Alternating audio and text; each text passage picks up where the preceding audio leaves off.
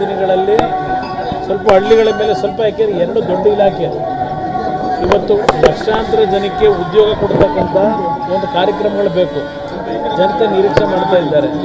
ಅದರ ಜೊತೆಗೆ ಹಲವಾರು ನಮ್ಮ ಎರಡು ಇಲಾಖೆಗಳಲ್ಲಿ ಇರ್ತಕ್ಕಂಥ ಪಬ್ಲಿಕ್ ಸೆಕ್ಟರ್ನ ಪ್ಲ್ಯಾಂಟ್ಗಳೇನಿದ್ದಾವೆ ಮುಚ್ಚತಕ್ಕಂಥ ಪರಿಸ್ಥಿತಿಗಳಲ್ಲೂ ಇದ್ದಾವೆ.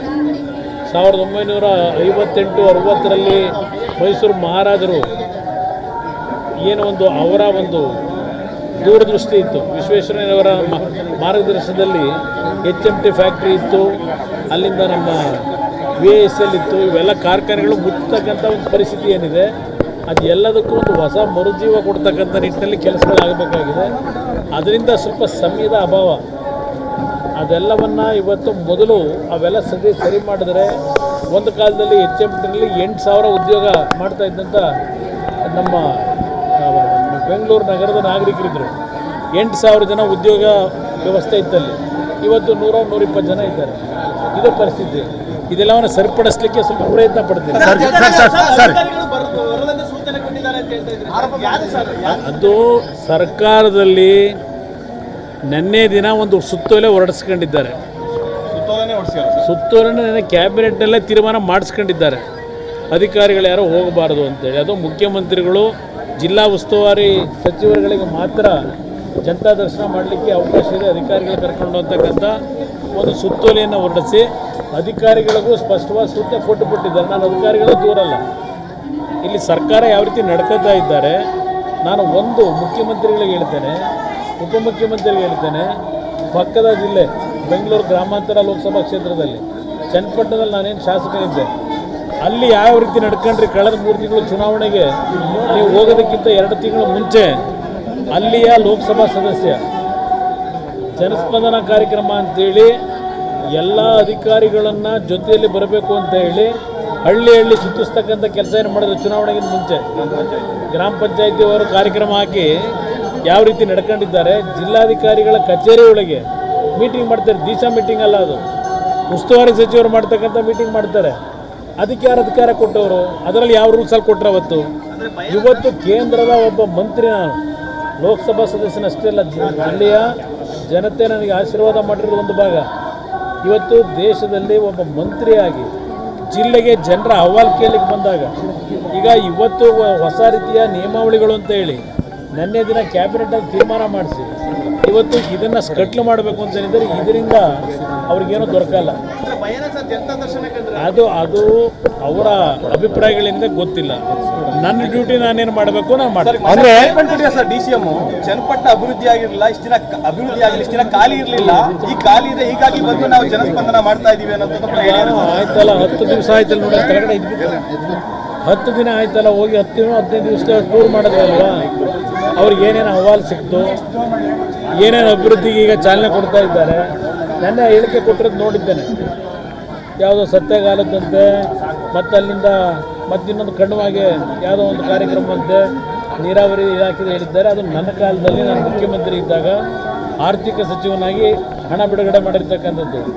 ಚನ್ನಪಟ್ಟಣದ ಎಲ್ಲ ಹಳ್ಳಿಗಳಿಗೆ 100ಕ್ಕೆ 90 ಭಾಗ ರಸ್ತೆ ಕೆಲಸ ಎಲ್ಲ ಆಗೋಗಿದೆ. ಸ್ಕೂಲ್ ಕಟ್ಟಡದ ಕೆಲಸ ಮಾಡಿದ್ದೇವೆ.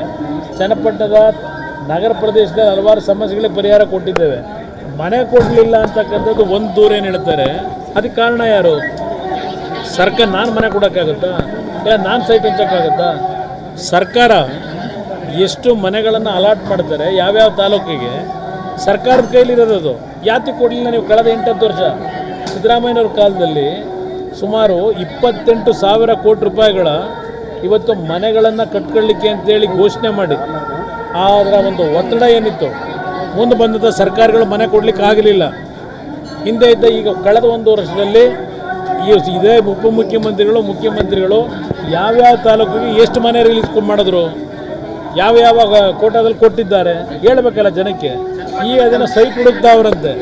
ಹೊಸದಾಗಿ ಸೈಟ್ ಹುಡುಕಿ ಏನೋ ನಿವೇಶನ ಕೊಡ್ತಾರಂತೆ. ನೋಡೋಣ ಅದು ಏನು ಮಾಡ್ತಾರೆ.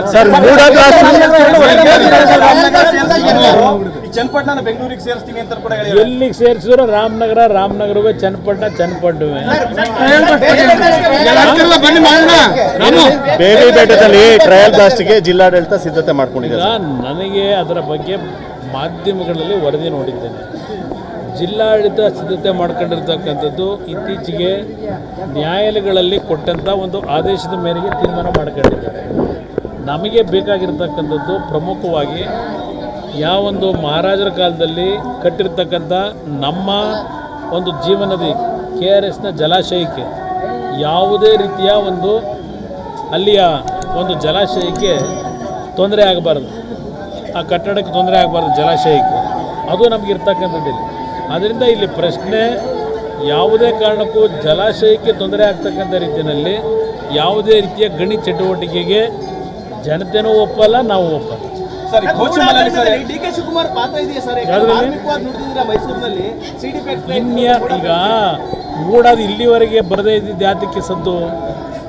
ಅದು ಇದು ಹಳೆ ಸುದ್ದಿ. ಇದು ಈ ಒಂದು ಮೂಡಾದು ಇವತ್ತೇನು ದೊಡ್ಡ ಪ್ರಚಾರ ಪ್ರಾರಂಭ ಆಗಿದೆ, ಹಲವಾರು ಮಾಧ್ಯಮಗಳಲ್ಲಿ ಈಗ ಸ್ಟೋರಿ ಶುರುವಾಗಿದೆ ಮೂಡಾದ ಬಗ್ಗೆ. ಇದು ಪ್ರಾರಂಭ ಮಾಡಿಸಿರ್ತಕ್ಕಂಥವ್ರು ಯಾರು? ಮುಖ್ಯಮಂತ್ರಿಯ ಸ್ಥಾನದ ಬಗ್ಗೆ ಆಸೆ ಇಟ್ಕೊಂಡು ಟವಲ್ ಹಾಸ್ಕೊಂಡು ಕೂತವ್ರಲ್ಲ. ಈಗಿರ್ತಕ್ಕಂಥ ಮುಖ್ಯಮಂತ್ರಿ ತೆಗೆದು ನಾವಾಗಬೇಕು ಅಂತ ಹೇಳಿ ಈಗ ತೆಗಿಬೇಕಾದ್ರೆ ಆ ಮುಖ್ಯಮಂತ್ರಿಯ ಇಮೇಜ್ ತೆಗಿಬೇಕಲ್ಲ, ಈಗ ಹಾಳು ಮಾಡಬೇಕಲ್ಲ.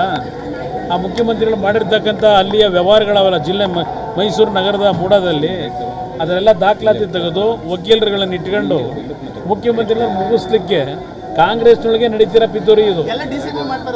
ಅದು ಯಾರು ಗೊತ್ತಿಲ್ಲಪ್ಪ, ಕಾಂಗ್ರೆಸ್ ಎಲ್ಲ ಮಾಡ್ತಾರೆ ಅಂತೇಳಿ ರಾಜಕೀಯದ ವಲಯದಲ್ಲಿ ಚರ್ಚೆ ನಡೀತಾ ಇದೆ. ಆಗ ನಮ್ಮ ಸರ್ಕಾರ ಇರಲಿಲ್ಲ, ಆಗಿದ್ದ ಸರ್ಕಾರದಿಂದಲೇ ಈ ತಪ್ಪಾಗಿರೋದು. ಒಂದು ವರ್ಷದಿಂದ ಏನು ಮಾಡ್ತಾ ಇದ್ರಿ? ಕಳೆದ ಜುಲೈನಲ್ಲಿ ನಿಮಗೆ ಮೂಡಾದ ಅವ್ಯವಹಾರಗಳ ಬಗ್ಗೆ ನಿಮಗೆ ಫೈಲ್ ಬಂತಲ್ಲ, ಯಾತಕ್ಕೆ ನೀವು ಆ್ಯಕ್ಷನ್ ತಗೊಳ್ಳಿಲ್ಲ? ಈಗ ಯಾವ್ದಾದ್ರು ಪ್ರೇರೇಪಣೆ ಆ್ಯಕ್ಷನ್ ತಗೊಳ್ಳೋದಕ್ಕೆ? ಒಂದು ವರ್ಷದ ಹಿಂದೆ ಈ ಸರ್ಕಾರ ಬಂದಾಗಲೇ ಎಲ್ಲ ಮಾಹಿತಿ ಸರ್ಕಾರದ ಮುಂದೆ ಕೊಟ್ಟಿದ್ದಾರೆ, ಇದೆ. ಯಾತಕ್ಕೆ ಇಲ್ಲಿಯವರೆಗೆ ಮೌನಕ್ಕೆ ಶರಣಾಗಿದ್ದರು? ಯಾರು ಶರಣಾಗಿದ್ದು? ಈಗ ಇದು ಹೊರಗಡೆ ಬರಲಿಕ್ಕೆ ಸಿದ್ದರಾಮಯ್ಯ ಹೊರಗಡೆ ತೆಗೆದ, ಇದನ್ನು ಮುಖ್ಯಮಂತ್ರಿಗಳು ತೆಗೆದಿಲ್ಲ. ಮುಖ್ಯಮಂತ್ರಿಗಳು ತೆಗೆದಿಲ್ಲ, ಬೇರೆಯವರು ತೆಗೆದಿರೋ ತಾನೇ ಮುಖ್ಯಮಂತ್ರಿಗಳು ಡಿಪೆಂಡ್ ಮಾಡ್ಕೋಬೇಕು. ಈಗ ಮುಖ್ಯಮಂತ್ರಿಗಳಿಗೆ ಇವತ್ತು ಅದನ್ನು ಸುತ್ತಾಗ್ತಾ ಇರ್ತಕ್ಕಂಥದ್ದು ಕಾಂಗ್ರೆಸ್ ನಾಯಕರೇ ಮಾಡ್ತಾ ಇದ್ದಾರೆ.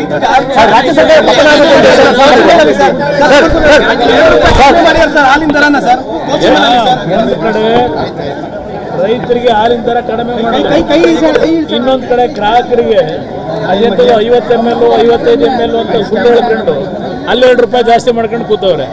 ಅದರಿಂದ ಈ ಸರ್ಕಾರ ಏನೋ ಒಂದು ಸರ್ಕಾರದ ಖಜಾನೆ ಖಾಲಿ ಮಾಡ್ಕೊಂಡಿದ್ದಾರೆ. ಇವತ್ತು ಖಜಾನೆ ತುಂಬಿಸ್ಕೊಳ್ಳಲಿಕ್ಕೆ ಮತ್ತೆ ಜನತೆಯ ಮೇಲೇ ಈ ರೀತಿಯ ಹೊರೆಗಳನ್ನು ಹೊರಿಸಿ ಜನರಿಗೆ ಗ್ಯಾರಂಟಿ ಅಂತ ಹೇಳಿ ಜನರನ್ನ ಇವತ್ತು ಗ್ಯಾರಂಟಿ ಹೆಸರಿನಲ್ಲಿ ಲೂಟಿ ಮಾಡ್ತಕ್ಕಂಥ ಕೆಲಸ.